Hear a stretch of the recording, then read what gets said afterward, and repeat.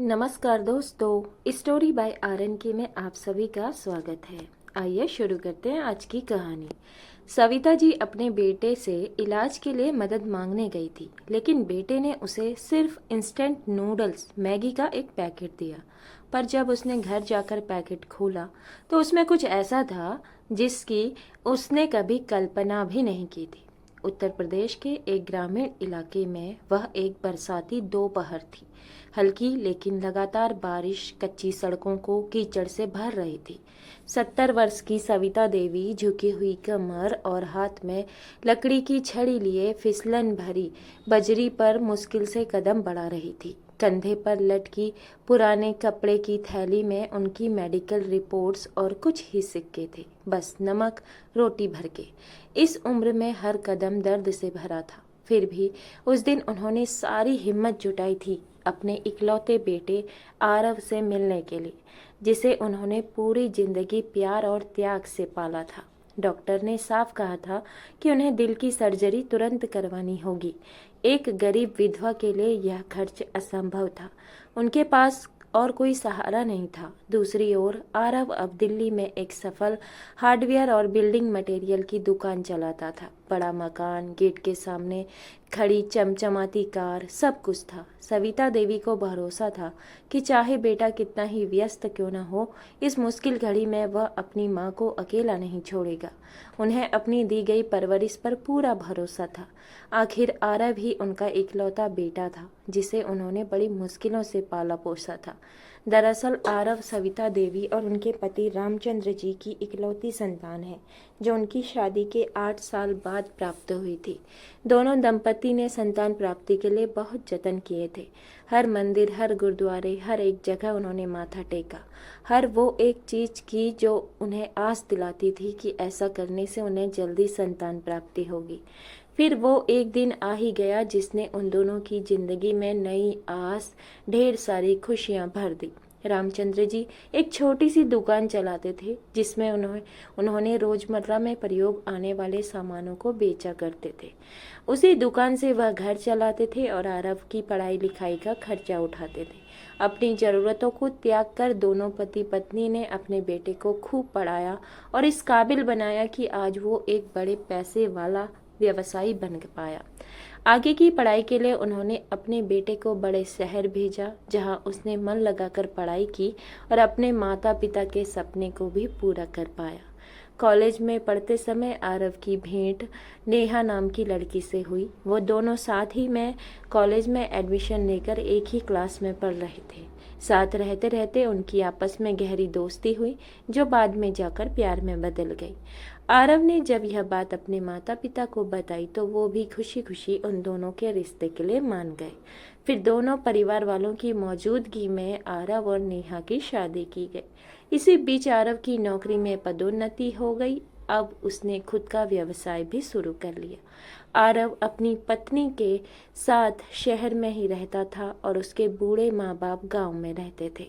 दोनों दंपत्ति अपनी जिंदगी बड़ी आराम से काट रहे थे। एक दिन अचानक दिल का दौरा पड़ने से रामचंद्र जी की मृत्यु हो गई। अब सविता जी घर पर अकेली पड़ गईं। अब अकेलेपन और खुद की बीमारी के चलते सविता जी दुकान नहीं संभाल पाए।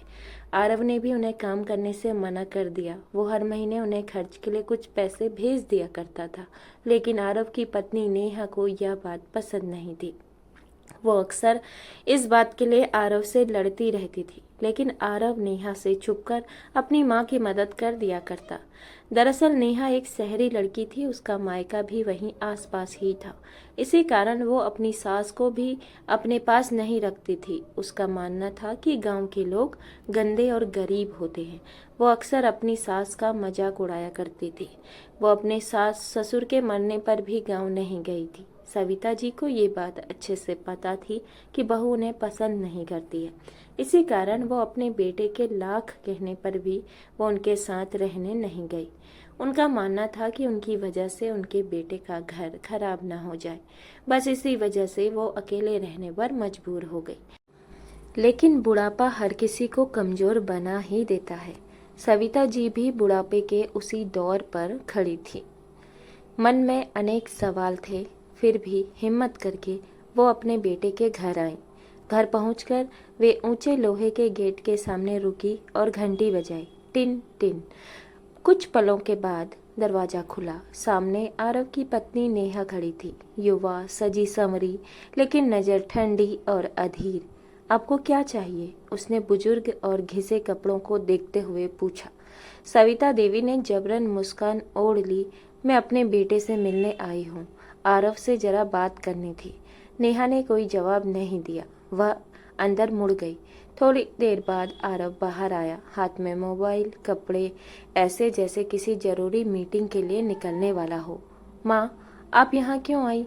मैं बहुत व्यस्त हूँ। कांपते हाथों से सविता देवी ने अपनी मेडिकल रिपोर्ट्स निकाली। बेटा, डॉक्टर ने कहा है कि मुझे दिल की सर्जरी तुरंत करानी होगी। क्या तुम मुझे थोड़ा सा पैसा उधार दे सकते हो? मैं लौटाने की पूरी कोशिश करूंगी, वादा करती हूँ। आरव ने भौहें चढ़ा ली और पत्नी की ओर एक नज़र डाली। अभी कारोबार ठीक नहीं चल रहा। माँ, मेरे पास पैसे नहीं हैं। आप घर जाइए, बाद में देखूंगा। सविता देवी की आंखें भर आई, लेकिन उन्होंने आवाज को संभाले रखा। मुझे बस थोड़ा सा चाहिए, अस्पताल के लिए। कृपया बेटा। कुछ पल की भारी खामोशी के बाद आरव ने नजरें फेर ली। ठीक है, अभी के लिए ये ले लीजिए। वह कार की डिक्की की ओर गया, मैगी नूडल्स का एक पैकेट निकाला और माँ के हाथ में रख दिया। कुछ दिनों में पैसे भेज दूंगा। जल्दी घर जाइए, बारिश होने वाली है। सविता देवी ने सिर झुका लिया और पैकेट को सीने से लगा लिया। लोहे का गेट उनके पीछे भारी आवाज के साथ बंद हो गया। तभी बारिश तेज हो गई और आंसू भी। पैकेट के अंदर का रहस्य देखकर सविता जी हक्की बक्की रह गई। अगले पल जो हुआ वो उनके लिए स्मरण योग्य था। घर लौटते हुए सविता देवी ने अपने बेटे को कोसा नहीं, शायद सच में परेशानी में होगा। कम से कम खाने के लिए कुछ तो दिया, उन्होंने खुद से कहा। अपनी छोटी सी पुरानी झोपड़ी में पहुंचकर उन्होंने पैकेट को मेज पर रखा। थकान और भूख से कांप रही थी, इसीलिए मैगी बनाने का सोचा। लेकिन जैसे ही उन्होंने पैकेट खोला, उनके हाथ सुन्न हो गए। नूडल्स के नीचे एक सफ़ेद लिफाफा रखा था।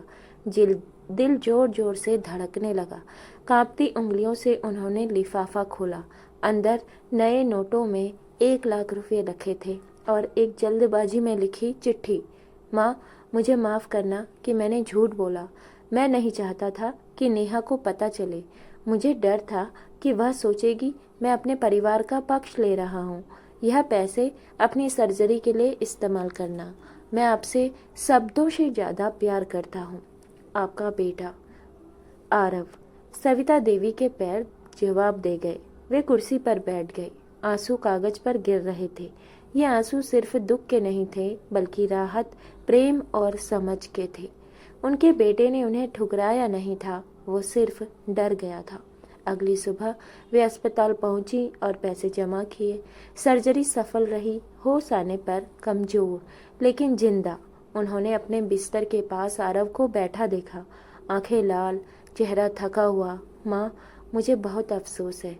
उस दिन मुझे आपकी मदद करनी चाहिए थी। मैं डर गया था कि नेहा क्या कहेगी। सविता देवी ने हल्की मुस्कान के साथ उसका हाथ थाम लिया। बेटा, माँ का प्यार कभी कम नहीं होता। पैसा फिर कमाया जा सकता है, लेकिन माँ का दिल अगर टूट जाए तो उसे जोड़ना आसान नहीं होता। आरव फूट फूट कर रो पड़ा। खिड़की से धूप अंदर आ रही थी, नरम, सुनहरी, मानो माफी और रिश्ते पर मुहर लगा रही हो। उस दिन के बाद आरव बदल गया। वह माँ से मिलने लगा, दवाइयाँ लाता, खाना लाता, और उसने उनकी पुरानी झोपड़ी भी ठीक करवा दी।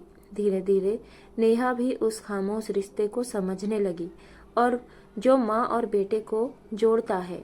पड़ोस में मैगी के पैकेट की कहानी एक सीख बन गई।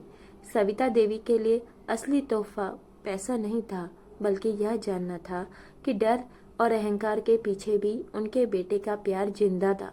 अक्सर खिड़की के पास बैठकर वे मुस्कुराती और कहती, वह मैगी का पैकेट मेरे बेटे का दिया हुआ सबसे कीमती उपहार था।